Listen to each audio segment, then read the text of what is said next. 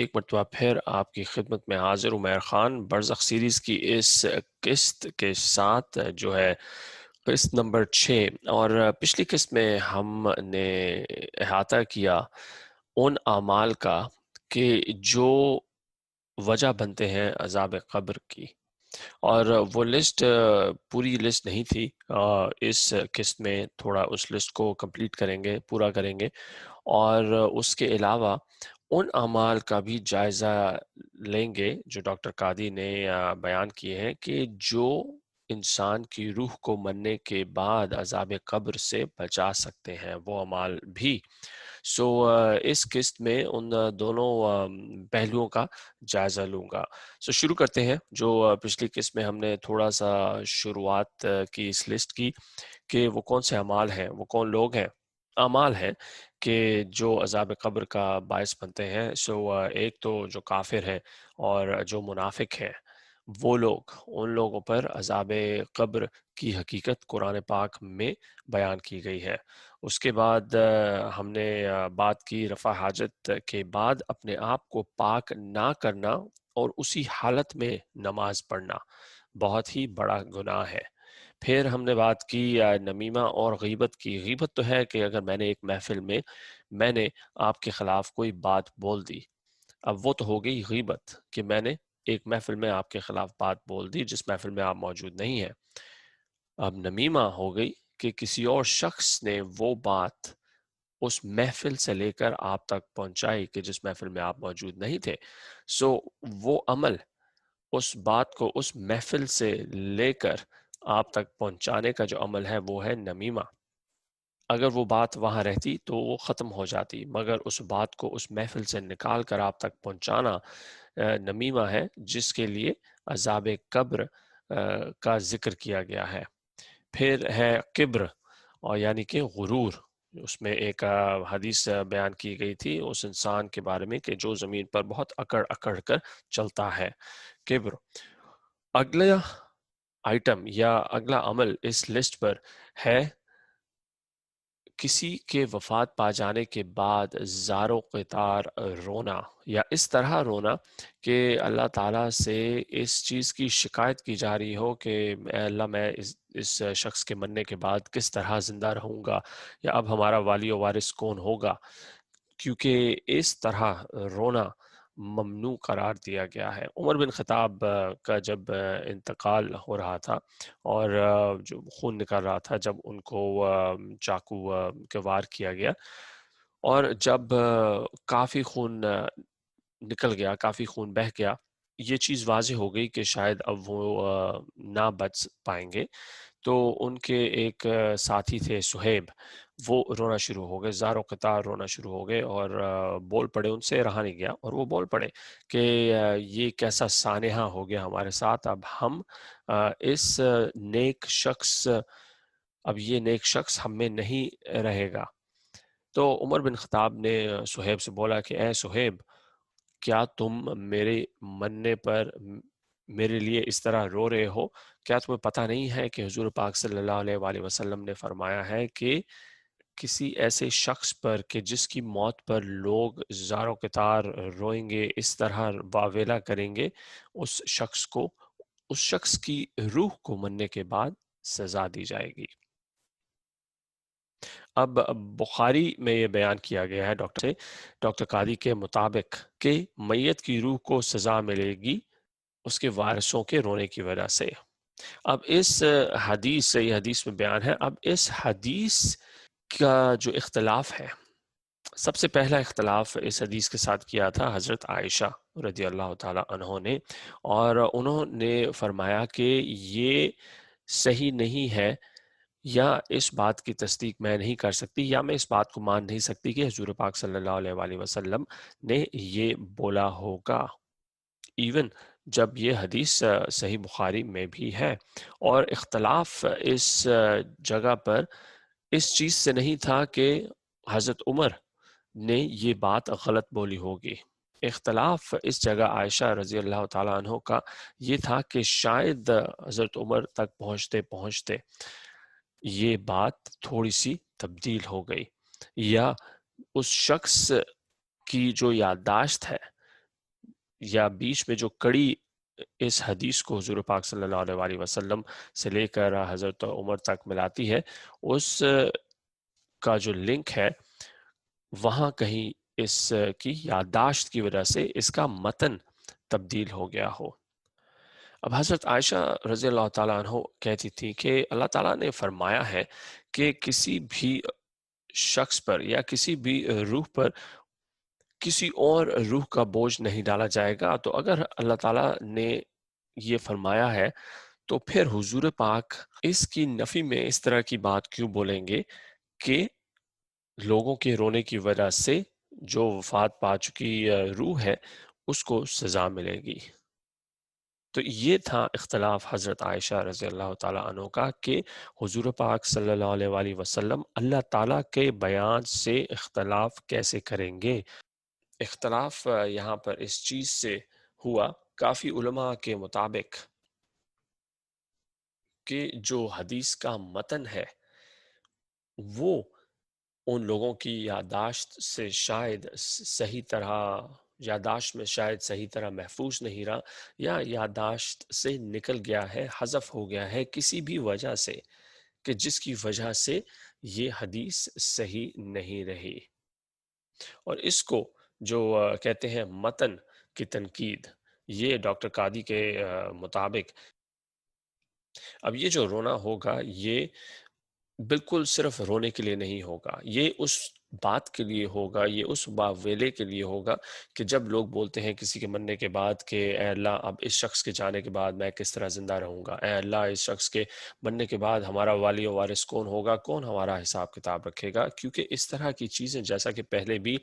اس برزخ کے سلسلے میں بیان کیا ڈاکٹر قادی نے، کہ اس طرح کا رونا دھونا بہت ہی اختلاف کا باعث بنتا ہے اللہ تعالیٰ کے ساتھ، کہ کیا مطلب ہے تمہارا کہ اس شخص کے ہوتے ہوئے کیا اللہ پاک تم لوگوں کا خیال نہیں رکھ رہے تھے، جو اس شخص کے مرنے کے بعد کوئی تمہارا والی و وارث نہیں ہوگا۔ تو اس وجہ سے سمپل جو رونا ہے اس پہ تنقید نہیں کی گئی، بلکہ جو تنقید کی گئی ہے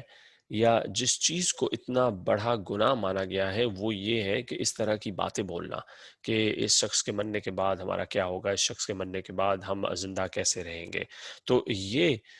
جو ہے ایک وہ عمل ہے کہ جو عذاب قبر کا باعث بن سکتا ہے اور بنے گا، کیونکہ حضور پاک صلی اللہ علیہ وسلم کے فرزند مبارک ابراہیم بھی جب وفات پا رہے تھے تو حضور پاک صلی اللہ علیہ وسلم بول رہے تھے کہ میں اداس ہوں کہ تم ہمیں چھوڑ کر جا رہے ہو۔ اب اداسی تو ایک نیچرل سا عمل ہے، قدرتی عمل ہے اداس ہونا کسی کی وفات پر، جس طرح حضور پاک صلی اللہ علیہ وسلم نے بھی اپنے بیٹے کی وفات پر بولا کہ مجھے اداسی ہے اس چیز کی کہ تم ہمیں چھوڑ کر جا رہے ہو، مگر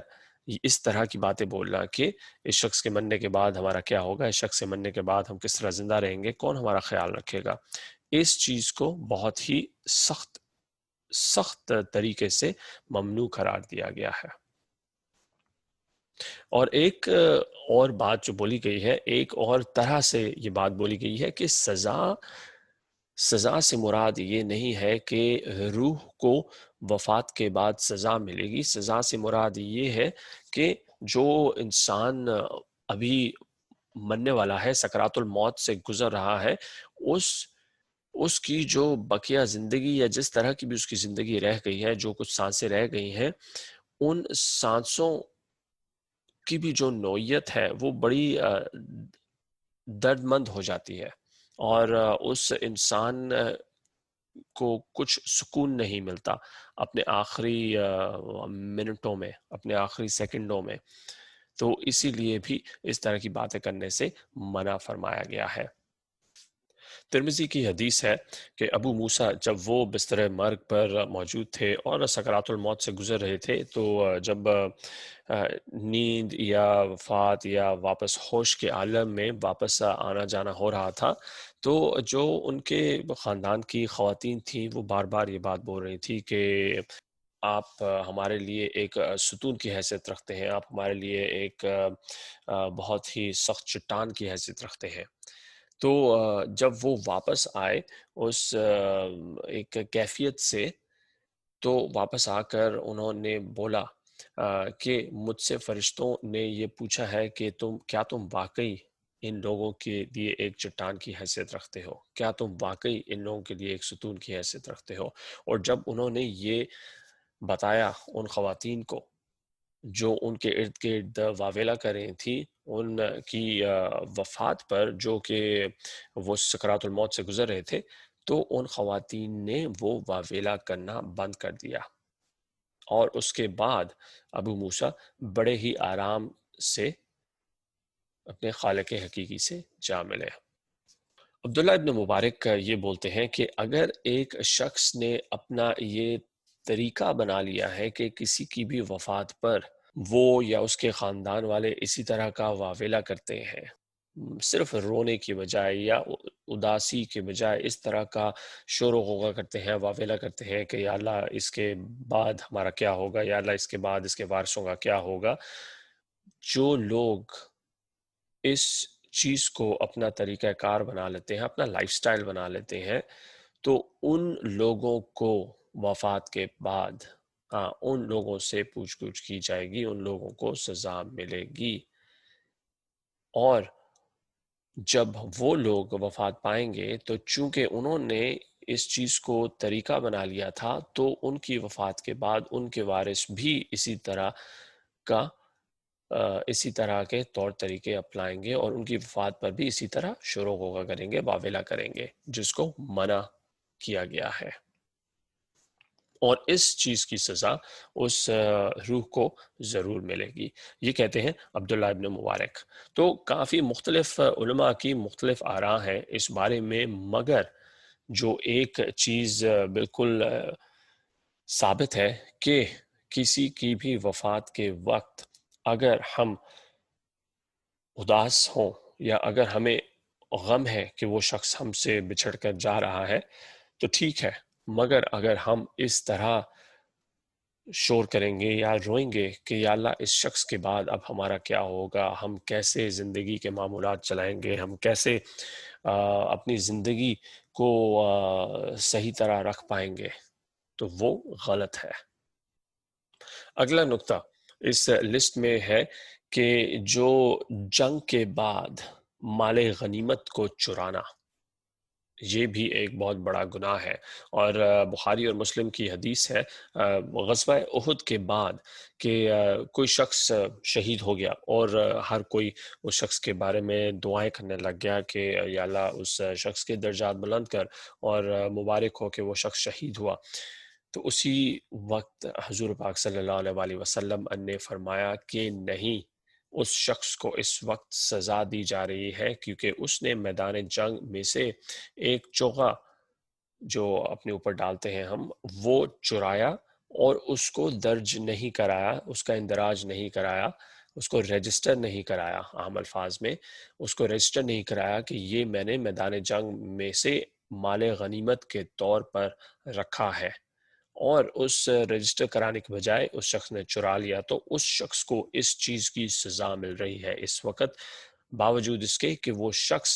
میدان جنگ میں شہید کی موت مرا ہے۔ تو جیسے ہی حضور پاک صلی اللہ علیہ وآلہ وسلم نے یہ بیان کیا، اسی وقت ہر شخص نے جو بھی کوئی چیز میدان جنگ میں سے اٹھائی تھی، جس کو انہوں نے ڈکلیئر نہیں کیا تھا یا رجسٹر نہیں کرایا تھا یا جس چیز کا اندراج نہیں کرایا تھا، ہر شخص وہ چیز واپس کرنے لگ گیا اور اس کا اندراج کرانے لگ گیا۔ تو اس سے ہمیں اس بات کا بھی اندازہ ہوتا ہے کہ میدان جنگ میں مال غنیمت کا تو ذکر کیا گیا ہے، چوری کی کتنی بڑی سزا ملے گی، کیونکہ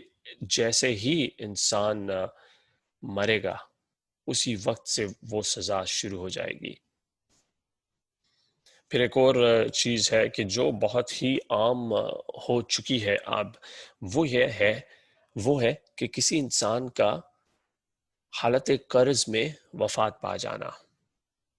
یعنی کہ مقروض حالت میں وفات پا جانا۔ حضور پاک صلی اللہ علیہ وآلہ وسلم اللہ تعالیٰ کی پناہ مانگتے تھے قرض کی حالت میں مرنے سے،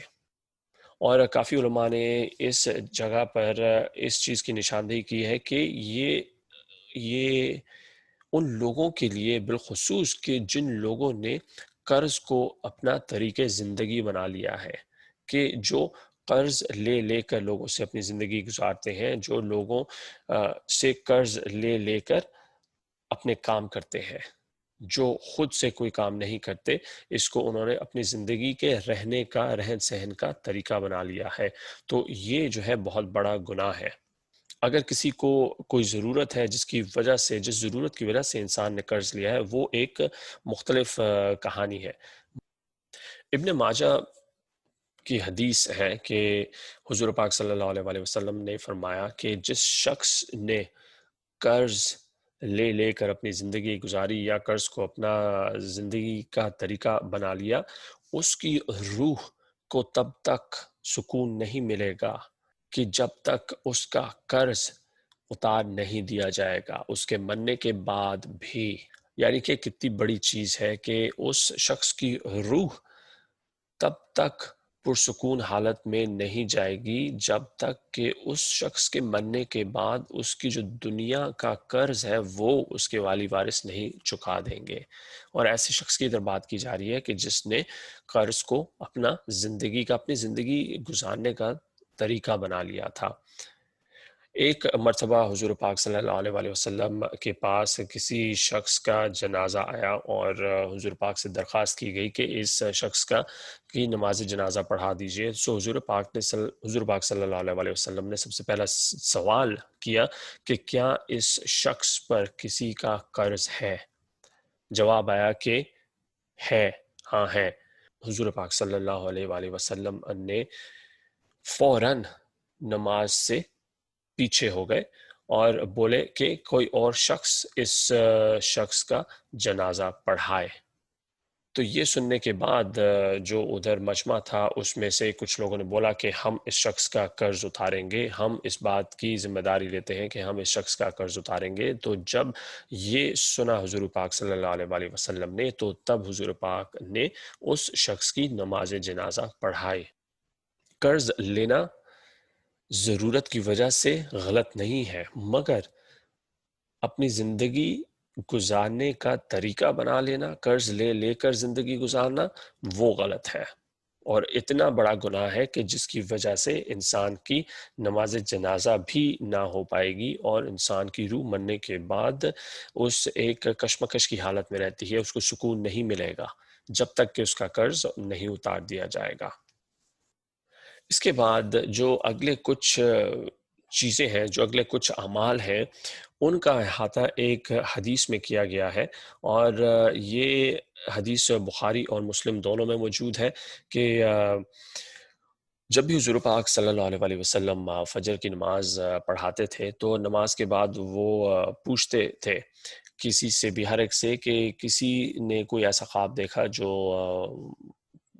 شیئر کرنا چاہیں گے، جو سب لوگوں کے ساتھ شیئر کرنا چاہیں گے۔ تو ایک صبح کسی نے کچھ نہیں بولا تو حضور پاک صلی اللہ علیہ وآلہ وسلم نے فرمایا کہ مجھے کل رات کو ایک خواب آیا اور اس خواب میں دو شخص میرے پاس آئے اور وہ مجھے المقدس لے گئے، یعنی کہ بیت المقدس لے گئے۔ تو وہاں پر میں نے دیکھا کہ ایک شخص بیٹھا ہوا ہے اور دوسرا شخص اسے بار بار اس کے سر پر مار رہا ہے، اس کے سر کو پھوڑ رہا ہے بار بار۔ جب اس کے سر کی ایک سائیڈ پھوٹ جاتی ہے تو وہ شخص اس کے سر کا دوسری سائیڈ پہ وار کرنا شروع کر دیتا ہے اور یہ سلسلہ تب تک چلتا رہے گا جب تک قیامت نہیں آ جائے گی۔ اس شخص کے سر یا منہ کے پھوڑنے کا سلسلہ اس طرح چل رہا ہے کہ جیسے ہی میں نے اس شخص کے منہ کی ایک سائیڈ کو پھوڑا اور میں دوسری سائیڈ پھوڑنا شروع کی تو پہلی سائیڈ صحیح ہو جاتی ہے جب میں واپس آتا ہوں دوسری سائیڈ پھوڑ کر۔ تو یہ جو سلسلہ ہے، حضور پاک صلی اللہ علیہ وسلم نے فرمایا کہ میں نے دیکھا کہ یہ سلسلہ چلتا رہے گا۔ اور جب میں نے ان دونوں لوگوں سے پوچھا کہ یہ کیا ہو رہا ہے تو انہوں نے بولا کہ ابھی چلتے جائیں۔ پھر ہم گزرے وہاں سے جہاں میں نے دیکھا کہ ایک شخص زمین پر لیٹا ہوا ہے اور دوسرا شخص اسے ایک بڑے ہی پتھر سے مار رہا ہے، کچل رہا ہے، اور وہ پتھر اس شخص کے جسم پر لگنے کے بعد، اس شخص کو زخمی کرنے کے بعد وہ پتھر کہیں چلا جاتا ہے، اور پھر وہ شخص بھاگ کے جس کو مارا جا رہا ہے، جو شخص زمین پر لیٹا ہوا ہے، اس پتھر سے جس کو مارا جا رہا ہے، جب وہ پتھر ریڑ کر دور چلا جاتا ہے تو وہ شخص جا کر وہ پتھر واپس لاتا ہے، اور بار بار یہ عمل دہرایا جا رہا ہے۔ تو میں نے ان اشخاص سے پوچھا کہ یہ کیا ہو رہا ہے؟ انہوں نے دوبارہ مجھے بولا کہ ابھی چلتے جائیں۔ پھر ہم ایک ایسی جگہ پہنچے کہ جہاں میں نے ایک آگ کا میدان دیکھا، اور وہاں پر میں نے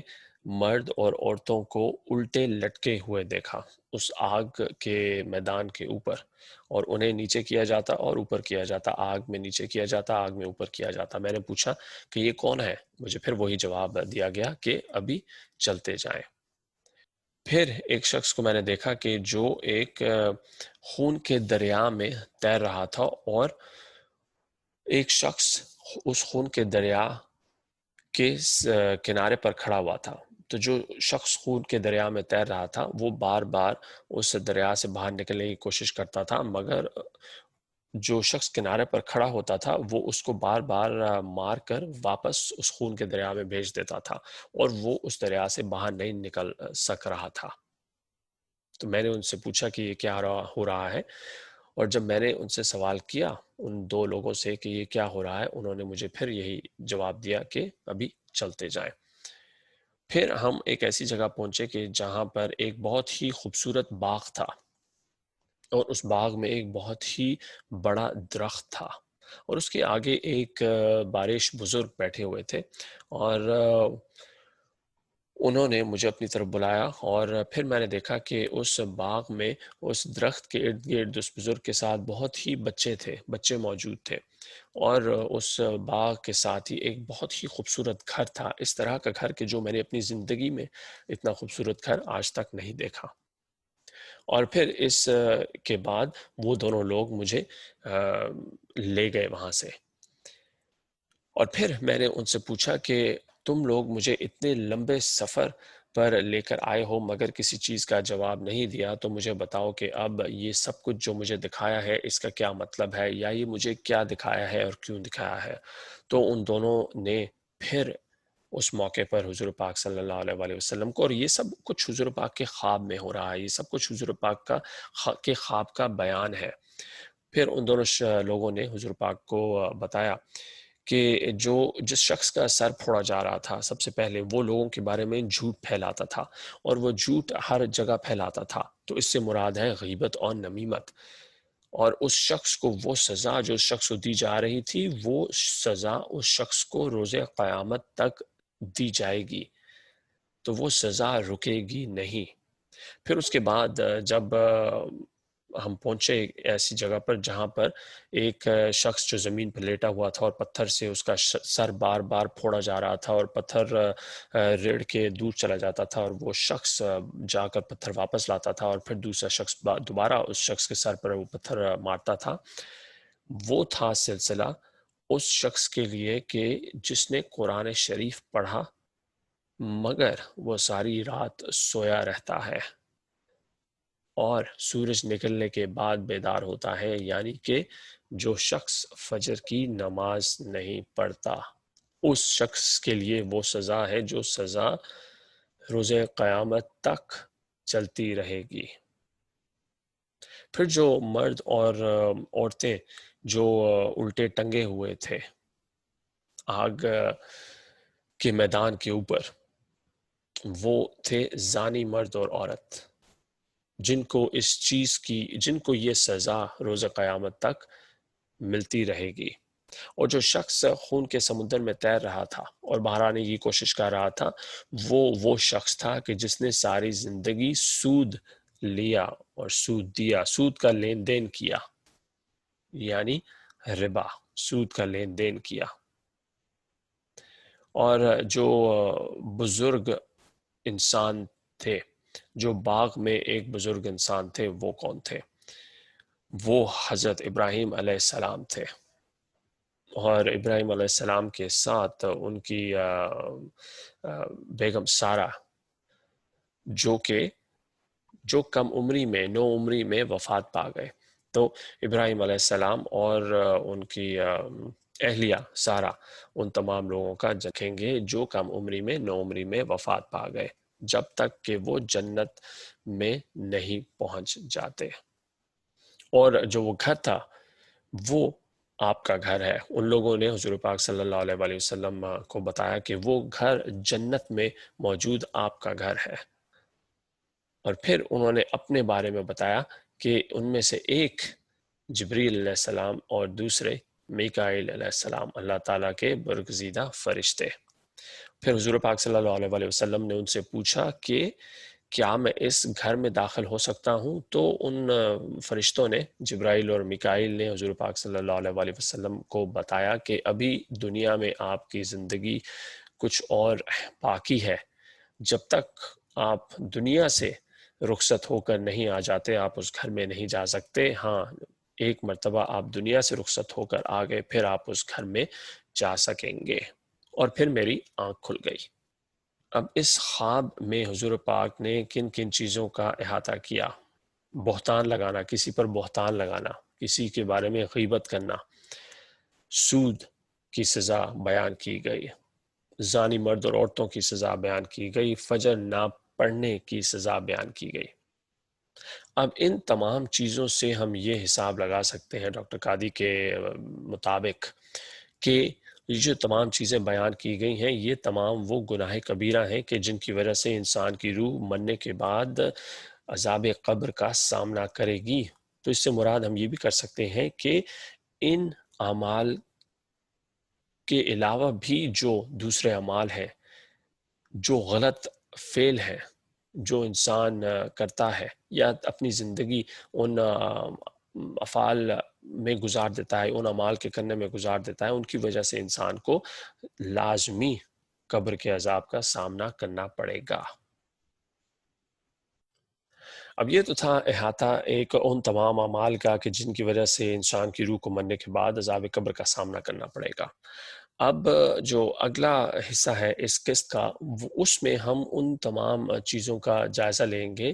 کہ کیسے انسان کی روح عذاب قبر سے بچ سکتی ہے۔ کیا کچھ ہم کر سکتے ہیں کم از کم اپنی زندگی میں کہ جس کی وجہ سے ہم عذاب قبر سے بچ سکتے ہیں، یا ہم اپنے آپ کو تیار کر سکتے ہیں اتنی حد تک کہ اللہ تعالی ہمیں معاف فرما دے اور ہم پر عذاب قبر مسلط نہ کرے۔ تو یہاں پہ جو سب سے پہلے ہے کہ شہید کی موت، شہید پر عذاب قبر لاگو نہیں ہوگا، اور ان تمام لوگوں پر کہ جو ایک رباط، وہ لوگ جو حالت امن میں اسلام کی سرحدوں کا دفاع کرتے ہیں، یا جو پولیس میں ہوتے ہیں، آرمی میں ہوتے ہیں، ایئر فورس وغیرہ میں ہوتے ہیں، جو ان تمام سروسز میں ہوتے ہیں کہ جو عالم اسلام کی سرحدوں کا دفاع کرتے ہیں۔ سو رباط اور شہید وہ لوگ عذاب قبر کا سامنا نہیں کریں گے۔ پھر کافی علماء کا بیان یہ بھی ہے کہ جمعۃ المبارک کے دن وفات پا جانے والے لوگ بھی عذاب قبر کا سامنا نہیں کریں گے۔ اب یہاں پر ایک اختلاف ہے علماء میں کہ آیا یہ عذاب قبر ہے یا فتنۃ القبر ہے، کہ جس سے بچاؤ کی بات کی گئی ان لوگوں کے لیے جو جمعۃ المبارک کے دن وفات پا جائیں گے۔ کچھ علماء کہتے ہیں کہ یہاں پر فتنہ اور عذاب ایک ہی چیز ہے۔ کچھ علماء کہتے ہیں کہ لسانی اعتبار سے فتنہ اور عذاب کے معنی ایک ہے، تو اسی لیے یہ ایک چیز ہے، مگر زیادہ تر جو علماء ڈاکٹر قادی کے حساب سے، اور ڈاکٹر قادی بھی اس چیز کے قائل ہے، اس قسط کا جو میں نے اس قسط کو جو میں نے سنا ہے کہ لسانی اعتبار سے ہاں فتنہ اور عذاب ایک چیز ہے، مگر ٹیکنیکلی تکنیکی لحاظ سے جب ہم برزخ کا جائزہ لیتے ہیں تو اس میں فتنہ قبر کا فتنہ وہ امتحان ہے جو منکر اور نکیر انسان کی وفات پا جانے کے بعد اس کی روح سے وہ سوال کرتے ہیں کہ تمہارا رب کون ہے، تمہارا دین کیا ہے، یہ شخص کون ہے جو تم میں بھیجا گیا۔ وہ سوال ہے، ان سوالوں کو اجتماعی طور پر فتنۃ القبر کا نام دیا گیا ہے، اور جو عذاب القبر ہے وہ آتا ہے اس فتنے کے بعد، یعنی اس امتحان کے میں پاس یا فیل ہونے کے بعد عذاب قبر کا تعین کیا جاتا ہے۔ تو تکنیکی اعتبار سے قبر کا فتنہ اور قبر کا عذاب دو مختلف چیزیں ہیں، مگر لسانی اعتبار سے جس کی وجہ سے کچھ علماء کہتے ہیں کہ یہ دونوں ایک ہی چیز ہے، کیونکہ اس چیز کی ہم بات کیوں کر رہے ہیں، کیونکہ ایک حدیث کا ایک جو ورژن ہے وہ یہ ہے کہ جو شخص جمعے کے دن وفات پائے گا اللہ تعالیٰ اسے قبر کے عذاب سے محفوظ رکھیں گے، اور اس حدیث کا ایک اور ورژن یہ بھی ہے کہ جو شخص جمعے کے دن وفات پائے گا اللہ تعالیٰ اسے قبر کے فتنے سے محفوظ رکھیں گے۔ تو اسی لیے یہاں پر عذاب اور فتنے کے لسانی اور تکنیکی مطلب کا ہم جائزہ لے رہے ہیں، مگر ایک مرتبہ پھر جیسا کہ بہت مرتبہ یہ بات میں نے بولی، ڈاکٹر قادی نے بولی، میں تو ترجمہ کیا صرف کہ اللہ تعالیٰ کو سب معلوم ہے کہ کیا چیز کس طرح صحیح ہوگی، ہم اپنے علم کی بنا پر کسی چیز کا مطلب بیان کرنے کی کوشش کر سکتے ہیں۔ اس کا مطلب یہ نہیں ہے کہ جو شخص جمعرات یا بدھ یا منگل، سوموار یا اتوار کے دن وفات پا گئے وہ لوگ قبر کے عذاب کا سامنا کریں گے۔ اللہ تعالیٰ کی رحمت، اللہ تعالیٰ کی مغفرت ہم نہیں جانتے کہ اس کی حد کہاں تک ہے، تو اسی لیے اللہ تعالیٰ کو سب معلوم ہے۔ مسند امام احمد محمد ابن منقدر سے روایت ہے کہ حضرت عائشہ رضی اللہ تعالیٰ عنہ کی جو بہن ہے اسماء بنت ابی بکر، وہ کہتی ہے کہ حضور پاک صلی اللہ علیہ وآلہ وسلم نے فرمایا جب ایک مومن کو قبر میں اتارا جاتا ہے تو ہر طرف سے قبر کا عذاب اس مومن کی جانب آتا ہے، تو دو لوگ اس شخص اور اس عذاب کے درمیان کھڑے ہو جائیں گے، اور وہ لوگ کون ہوں گے؟ وہ ہوں گے اس شخص کی نماز اور اس شخص کا روزہ۔ پھر قبر کا عذاب کسی اور طرف سے اس روح کی جانب بڑھے گا، اور پھر اس دوسری طرف سے اس شخص کی نماز اور اس شخص کا روزہ قبر کے عذاب اور اس شخص کے درمیان کھڑے ہو جائیں گے کہ جب تک وہ عذاب واپس نہیں لوٹا دیا جائے گا۔ اس سے ہمیں یہ بات بھی معلوم پڑتی ہے کہ نماز، روزہ جو اسلام کے بنیادی ارکان ہیں، دو رکن ہیں اسلام کے بنیادی رکن ہیں، ان کی اہمیت، ان کی افادیت کیا ہے، اور اس سے ہم یہ بھی اخذ کر سکتے ہیں کہ نماز، روزہ، زکوٰۃ، حج، جہاد، یہ سارے جو اسلام کے بنیادی ارکان ہیں، اور بھی جو بڑے نیک کام ہیں، ان تمام نیک کاموں کے کرنے سے ہم قبر کے عذاب سے بچ سکتے ہیں۔ ایک اور بہت ہی ضروری جو عمل ہے کہ جس کے بارے میں کافی احادیث ہیں، وہ ہیں سورہ ملک کو تواتر کے ساتھ پڑھنا اور حفظ کرنا۔ قرآن کی تمام صورتوں میں سے اس صورت کے بارے میں بہت مرتبہ کہا گیا ہے۔ 30 آیات ہیں اس صورت میں، سورہ ملک، کہ جس کو اگر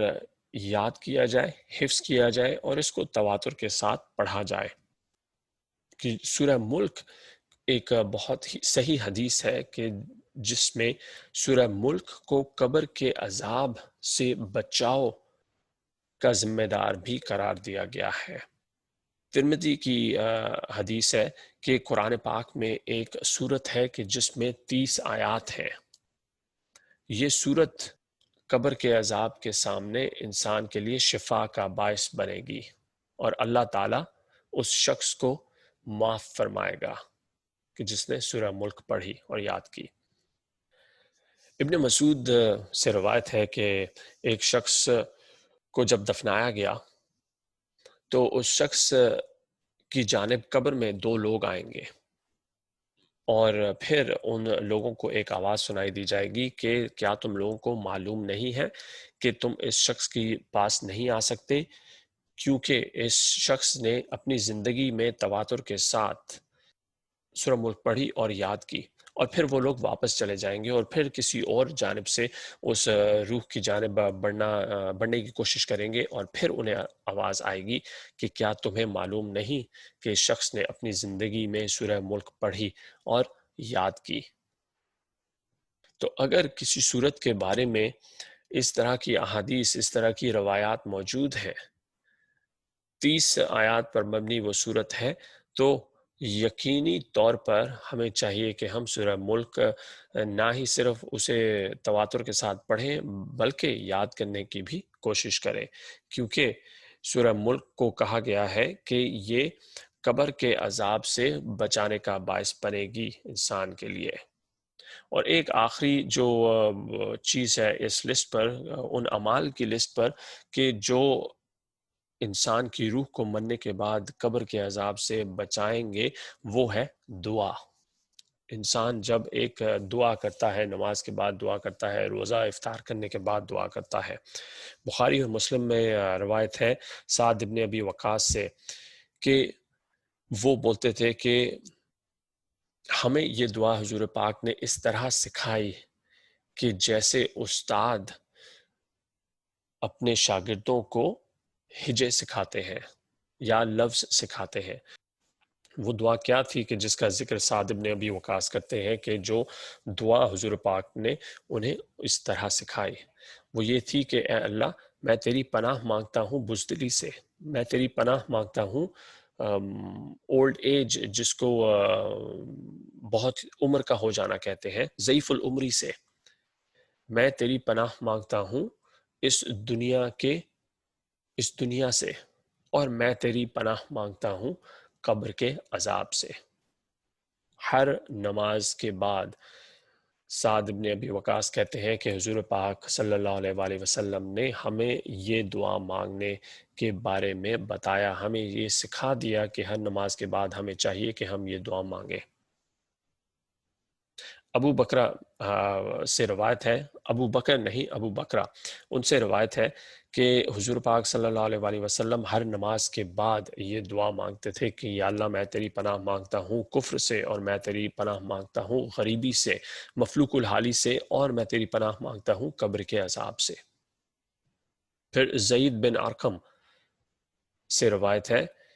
وہ لوگوں کو بولتے تھے کہ میں تمہیں وہ چیز سکھا رہا ہوں جو حضور پاک صلی اللہ علیہ وآلہ وسلم نے ہمیں سکھائی، وہ دعا جو حضور پاک صلی اللہ علیہ وآلہ وسلم نے ہمیں سکھائی، اور وہ یہ ہے کہ یا اللہ، میں تیری پناہ مانگتا ہوں سست روی سے، بزدلی سے، کنجوسی سے زندگی گزارنے سے، ضعیف العمری سے، اور قبر کے عذاب سے، اور یہ صحیح مسلم میں بھی موجود ہے، زید بن ارقم سے روایت تھی ہے۔ پھر عائشہ رضی اللہ تعالیٰ عنہ نے صحیح بخاری کے مطابق، جو صحیح بخاری میں موجود ہے، وہ کہتی ہیں کہ حضرت عائشہ سے روایت ہے کہ حضور پاک صلی اللہ علیہ وآلہ وسلم ہر نماز کے بعد یہ دعا مانگتے تھے کہ یا اللہ، میں تیری پناہ مانگتا ہوں قبر کے عذاب سے۔ تو اگر کسی عمل کے بارے میں اتنی احادیث ہیں، اتنی روایات ہیں، اور اگر ہم حساب لگائیں کسی ایک شخص کی 40 سالہ زندگی میں 5 نمازیں، چلے کسی شخص نے 20 سال کی عمر سے نمازیں شروع کی، اور اگر وہ روز ایک مرتبہ ہر نماز کے بعد یہ دعا مانگے کہ یا اللہ، میں تیری پناہ مانگتا ہوں قبر کے عذاب سے، تو اللہ پاک کیا اس شخص کی وہ دعا قبول نہیں کریں گے؟ کیونکہ دعا کی قبولیت کی گھڑی تو کوئی بھی ہو سکتی ہے، اور جب نماز کے بعد ہم بیٹھتے ہیں دعا کرنے کے لیے، جب سب لوگ نماز پڑھنے کے بعد جھٹ سے اپنے دنیا میں واپس جانے کی کوشش کرتے ہیں، اسی تگودوں میں لگے رہتے ہیں کہ چلے ہم فٹ سے اپنی دنیاوی سلسلے کو برقرار کریں دوبارہ، اگر ہم 2-3 منٹ اسی جگہ بیٹھ کر اللہ تعالیٰ سے یہ دعا مانگیں کہ یا اللہ، میں تیری پناہ مانگتا ہوں قبر کے عذاب سے، اور مجھے قبر کے عذاب سے بچا، مجھے مفلوق الحالی سے بچا، مجھے ضعیف العمری کے عذاب سے بچا، مجھے کنجوسی کے عذاب سے بچا، مجھے کفر کے عذاب سے بچا، مجھے منافقت کے عذاب سے بچا، مجھے غیبت سے بچا، مجھے نمیمت سے بچا، مجھے ربا سے بچا، مجھے زنا سے بچا۔ 2-3 منٹ لگیں گے اس عمل کو۔ اور اس کے ساتھ ایک اور چیز جو دعا کا جب ہم تذکرہ کر ہی رہے ہیں کہ حضور پاک صلی اللہ علیہ وآلہ وسلم نے فرمایا کہ جو شخص ہر نماز کے بعد ایک مرتبہ آیت الکرسی اپنی دعا میں شامل کر لے گا تو اس کے اور جنت کے درمیان صرف ایک چیز حائل ہے، اور وہ ہے اس انسان کی موت۔ جو شخص ہر نماز کے بعد دعا کے ساتھ آیت الکرسی پڑھے ایک مرتبہ، اس شخص اور جنت کے درمیان صرف اس شخص کی موت موجود ہے۔ اس چیز سے ہمیں اس بات کا اندازہ ہوتا ہے کہ آیت الکرسی کی افادیت، آیت الکرسی کی اہمیت ایک مرتبہ پڑھنے سے، دن میں 5 مرتبہ آیت الکرسی پڑھنے سے ہم اپنے لیے جنت مختص کرا سکتے ہیں۔ ابو داؤد سے روایت ہے کہ حضور پاک صلی اللہ علیہ وآلہ وسلم ایک جنازہ پڑھانے گئے، اور جنازہ پڑھاتے ساتھ ہی جب حضور پاک نے لوگوں سے بولا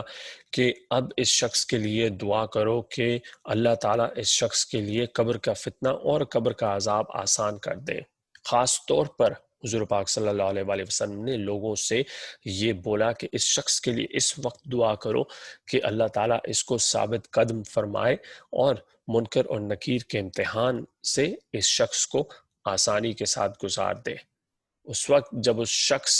کی قبر پر، اور اس وقت بھی کہ جب اس شخص کی قبر پر مٹی ڈالی جا رہی تھی، حضور پاک نے بہت ہی خاص طور پر لوگوں سے یہ بولا کہ اس وقت اس شخص کے لیے دعا کرو۔ تو نماز جنازہ کے بعد جب کسی شخص کو قبر میں اتارا جا رہا ہو اور اس شخص کی قبر پر مٹی ڈالی جا رہی ہو تو اس وقت اس شخص کے لیے دعا کرنا اس شخص کے لیے بہت ہی اچھا ہوگا، اس کی روح کے لیے، اور قبر کے عذاب سے اس کی روح کی خلاصی کے لیے بہت ہی کارآمد ہوگا۔ صحیح مسلم میں عوف بن مالک سے روایت ہے کہ میں نے حضور پاک صلی اللہ علیہ وآلہ وسلم کو نماز جنازہ میں ایک شخص کے لیے خاص طور پر نام لے کر دعا کرتے ہوئے سنا، اور اس شخص کے لیے قبر کے عذاب اور آگ کے عذاب سے دعا کرتے ہوئے سنا کہ اللہ تعالیٰ اس شخص کو قبر کے عذاب اور آگ کے عذاب سے بچائے۔ اس طرح کی دعا کرتے ہوئے میں نے حضور پاک کو سنا اس شخص کی نماز جنازہ میں۔ اور نماز جنازہ میں ایک حصہ ایسا بھی ہے کہ جو دعا ہے، جو قرآن شریف کا حصہ نہیں ہے، جو دعا ہے، اور ڈاکٹر قادی کے حساب سے ان کے مطابق ہم وہ دعا اس شخص کا نام لے کر انگریزی میں کر سکتے ہیں، اردو میں کر سکتے ہیں، عربی میں کر سکتے ہیں، جو بھی ہماری زبان ہے جس میں بھی ہمیں آسانی ہے اس شخص کے لیے ہم وہ دعا کر سکتے ہیں اس موقع پر کہ جس موقع پر یہ دعا عربی میں پڑھی جاتی ہے نماز جنازہ کے دوران، کیونکہ اس وقت اس شخص کے لیے دعا کرنا بہت ہی ضروری ہے، کیونکہ اللہ تبارک و تعالیٰ اس وقت ان تمام لوگوں کی جانب متوجہ ہیں کہ جو اس شخص کی نماز جنازہ پڑھنے آئے ہیں، کیونکہ ہمیں نہیں معلوم کہ اس 50 کے مجمع میں سے، 10 کے مجمع میں سے، 200 کے مجمع میں سے کس شخص کی دعا اللہ تعالیٰ قبول فرمائیں گے۔ یہ تو تھا دعا کا سلسلہ، کہ دعا کا مقام ان اعمال میں کہ جو اس چیز کا باعث بن سکتے ہیں یا بنیں گے کہ جو ہمیں قبر کے عذاب سے بچا سکتے ہیں۔ اب ان تمام چیزوں کا جو ہم نے احاطہ کیا، اس سے ہم یہ بھی اخذ کر سکتے ہیں کہ انسان کی زیادہ تر جو نیک اعمال ہیں وہ انسان کو قبر کے عذاب سے بچا سکتے ہیں اور بچائیں گے۔ اب جو آخری حصہ ہے اس قسط کا وہ ہے کہ کیا قبر کا عذاب مستقل ہے یا کیا اس میں کچھ چھوٹ دی جا سکتی ہے؟ اب اس میں ہم اس حدیث پہ واپس جائیں گے کہ جو زنا اور ربا اور غیبت والا جو خواب، حدیث نہیں خواب، حضور پاک صلی اللہ علیہ وآلہ وسلم نے فرمایا، اس خواب کا جو ہم نے احاطہ کیا کہ وہ سزائیں روز قیامت تک جاری رہیں گی قبر میں، وہ سزائیں روز قیامت تک جاری رہیں گی۔ تو اس سے ہمیں یہ معلوم ہوتا ہے کہ کچھ لوگوں کے لیے عذاب قبر مستقل ہے۔ مگر پھر اگر ہم پچھلی قسط میں ایک حدیث کا جائزہ لیں کہ جس میں حضور پاک صلی اللہ علیہ وسلم نے کسی کی قبر میں 2 شاخیں ڈالیں، اور حضور پاک صلی اللہ علیہ وسلم نے فرمایا کہ جب تک یہ شاخیں سوکھ نہیں جائیں گی اس روح پر قبر کا عذاب روک دیا جائے گا۔ اس حدیث سے ہمیں یہ معلوم ہوتا ہے کہ کچھ لوگوں کے لیے قبر کا عذاب مستقل نہیں ہوگا، اس میں کچھ بریک آ سکتی ہے یا اس کا تسلسل ٹوٹ سکتا ہے۔ دعا بھی، صدقہ جاریہ، دعا، یہ چیزیں بھی کسی روح کے لیے قبر کے عذاب کے رکنے کا باعث بن سکتی ہیں۔ تو اگر کسی شخص کے وارث ان کے لیے قرآن پاک پڑھتے ہیں یا دعا کرتے ہیں تو اس روح کے لیے قبر کا عذاب روک دیا جائے گا۔ صدقہ جاریہ، صدقہ جاریہ قبر کے عذاب کو روکنے کا باعث بن سکتا ہے۔ بات واپس آتی ہے دعا اور اس کی افادیت پر۔ تو انسان کے اعمال، دنیا میں جو انسان کے اعمال ہوں گے ان اعمال کے حساب سے قبر کے عذاب کا تعین ہوگا، قبر کا عذاب کب تک چلے گا اس چیز کا تعین کیا جائے گا، اور اس شخص کے ورثہ جس طرح اس شخص کو یاد کریں گے، اگر اس شخص کے لیے دعائیں کریں گے تو ان دعاؤں کی وجہ سے بھی قبر کا عذاب روک دیا جا سکتا ہے۔ تو یہ تو تھی قسط نمبر 6 برزخ سیریز کی، کہ جس میں ہم نے وہ لسٹ پوری کی ان اعمال کی کہ جو اعمال باعث بنیں گے، جو بڑے اعمال ہیں جو اس چیز کا باعث بنیں گے کہ انسان پر قبر کا عذاب مسلط کیا جائے گا۔ پھر اس کے بعد ہم نے کچھ ایک لسٹ کا احاطہ کیا ان اعمال کا کہ جو انسان کو قبر کے عذاب سے بچانے کا باعث بنتے ہیں، اور پھر قبر کا عذاب آیا پرماننٹ ہے یا اس میں کوئی بریک آ سکتی ہے، تو وہ منحصر ہے انسان کے اعمال پر، انسان کے دنیاوی اعمال پر اور انسان کے ورثہ کے اعمال پر، کہ آیا وہ اس کے لیے صدقہ جاریہ کر رہے ہیں یا دعائیں کر رہے ہیں یا نہیں۔ تو اس کے ساتھ آپ لوگوں سے اجازت چاہتا ہوں، اگلی مرتبہ قسط نمبر 7 کے ساتھ آپ لوگوں کی خدمت میں حاضر ہوں گا۔ اگر تو آپ لوگ سنتے رہے ہیں برزخ سلسلے کا یہ ترجمہ جو اوریجنلی ڈاکٹر یاسر قادی نے انگریزی میں بیان کیا ہے اپنی یوٹیوب ویڈیوز کی صورت میں، ان کے جو لیکچرز ہیں وہ انگریزی میں بیان کیے گئے۔ میں نے یہ کوشش کی ہے کہ میں ان کو اردو میں پیش کروں ان تمام لوگوں کے لیے کہ جو ان تمام چیزوں کو اردو میں سننا چاہتے ہیں یا ان کے لیے اردو میں آسانی ہے۔ تو ایک چھوٹی سی یہ ایک ادنا سی کوشش ہے میری۔ تو اگر آپ لوگوں کو کچھ سمجھ آئے یا آپ لوگوں کو کوئی چیز پسند آئے تو بس دعا کر دیجئے، اور اپنا بہت بہت خیال رکھیے گا۔ اللہ حافظ۔